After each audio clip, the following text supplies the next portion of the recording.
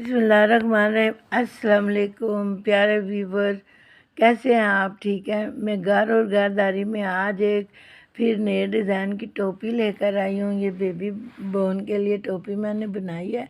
ये माँ बिल्ली की शेप की तरह मैंने टोपी बनाई है। ये बड़ी खूबसूरत है और साथ में इसके ये शूज़ बनाए हैं माशाल्लाह। ये शूज़ भी बड़े ज़बरदस्त बने हैं माशाल्लाह माशाल्लाह। ये आप देख सकते हैं माशाल्लाह माशाल्लाह। ये बहुत ज़बरदस्त शूज़ बने हैं माशाल्लाह। आपको अच्छे लग जाएं तो शेयर करें, लाइक करें, सब्सक्राइब करें।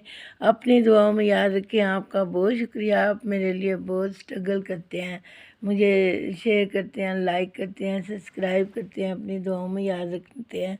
और अल्लाह ताला आपको भी सेहत व आफियत वाली ज़िंदगी अता करे। अपना ख्याल रखा करें और मुझे शेयर, लाइक, सब्सक्राइब किया करें।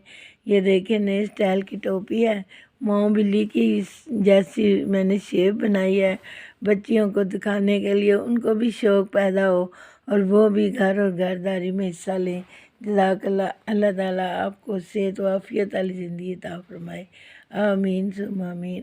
अस्सलाम वालेकुम।